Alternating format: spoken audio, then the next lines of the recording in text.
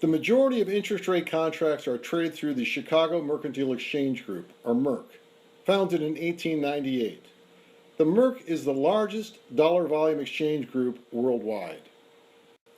To give you an idea of the magnitude of the MERC's volume, the open interest in just the 3-month deposit contract currently exceeds 28 million, representing a total face value of 28 trillion US dollars. To put this in proper perspective, $28 trillion exceeds the combined value for the world's two largest economies, the US at 18 trillion and China at 8. In total, the MERC handles over 3 billion contracts worth more than a quadrillion US dollars annually. See link 2 for a list of markets traded, links to contract specifications, and quotes.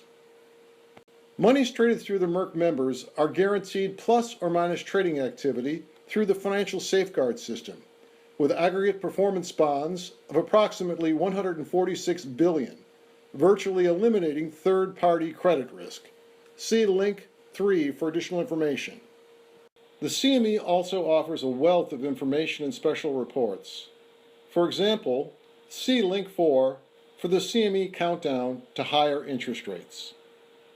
Link 5, global commentaries on energy, equities, currencies, interest rates, and metals. Link 6, educational material, courses, and trading tools for every sector. Link 7, objective and informative videos to keep current with markets and industry events.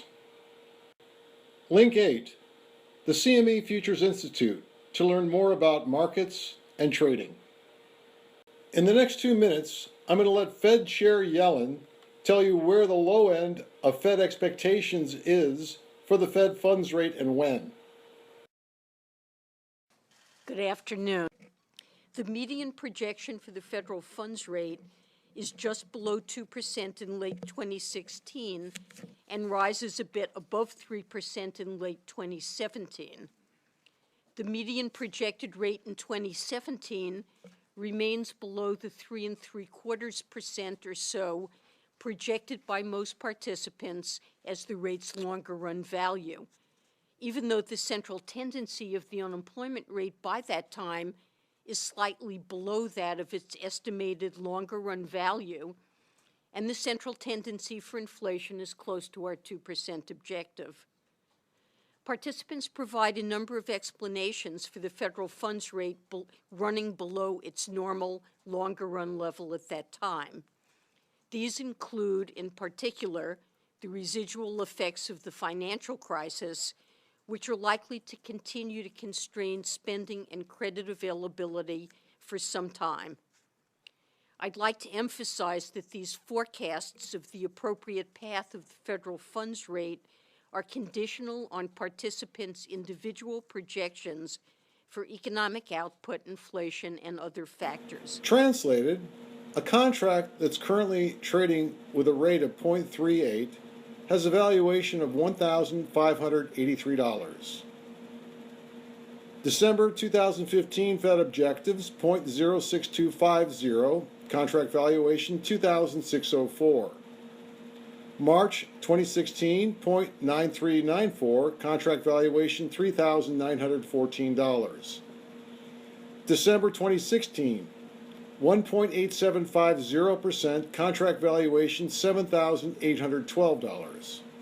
December 2017, 3.25%, contract valuation $13,541. The 1954 to 2014 average was 5.10%, contract valuation $22,250. In the next 2 minutes, once again, Fed Chair Yellen will tell you what the median expectations are for the Fed funds rate at the higher end of their expectations. Employment is rising at a healthy rate, and the U.S. economy is strengthening, reflecting in part a highly accommodative stance of monetary policy. At some point, it will become appropriate to begin reducing policy accommodation. assuming that the economy evolves broadly in line with participants' expectations, almost all participants believe that it will be appropriate to begin raising the target range for the federal funds rate in 2015. By late 2016, the median projection for the federal funds rate at 2.5% remains more than a percentage point below the longer-run value of 3.75% or so projected by most participants. FOMC participants provide a number of explanations for the federal funds rate running below its normal level for longer-run level at that time, in particular the residual effects of the financial crisis, which are likely to continue to constrain household spending and constrain credit availability for some time. Translating Fed expectations for the Fed funds rate, at 0.38%, the contract valuation is $1,583. By December 2015, 1.125%, contract valuation $4,687. March 2016, 1.5%, contract valuation $6,250. December 2016, 2.5%, contract valuation $10,417. December 2017, 3.75%, contract value $15,625. 1954 through 2014 average, 5.1%, contract value $22,250. Once again, in a speech before the City Club of Cleveland on 10th of July 2015, Yellen reiterates, it's time for a rate hike in 2015. Based on my outlook, I expect that it will be appropriate at some point later this year to take the first step to raise the federal funds rate and thus begin normalizing monetary policy. For verification directly on the Federal Reserve's website, see link 9 for Fed videos, speeches, and transcripts. From current historic lows near zero, short-term interest rates can only have a major market move in one direction, higher. In my opinion, the Fed has made it clear on multiple occasions where they expect the rate they set and when. Currently, the March 2016 delivery is trading at 99.62, representing a rate of 0.38. Contract value $1,583. If the Fed funds rate moves to the low end of Fed expectations, the contract price will fall to 99.06.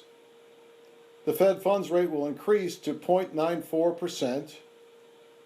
The contract value will increase from $1,583 to $3,914 for an overall appreciation in contract value of 147.25%. If the Fed funds rate moves to the upper end of Fed expectations, the March contract currently trading at 99.62, representing a rate of 0.38%, value $1,583, will fall in price to 98.50, representing a rate of 1.50%. Contract value will increase to $6,250, or plus 294%. Let's assume that the Federal Reserve is only half right about the rate they set. And for the March delivery 2016, currently trading at 0.38%, contract value $1,583, moves below the lowest of current Fed expectations to 0.76%. The contract value increased from $1,583 to $3,166, which still represents an increase in contract value of 100%.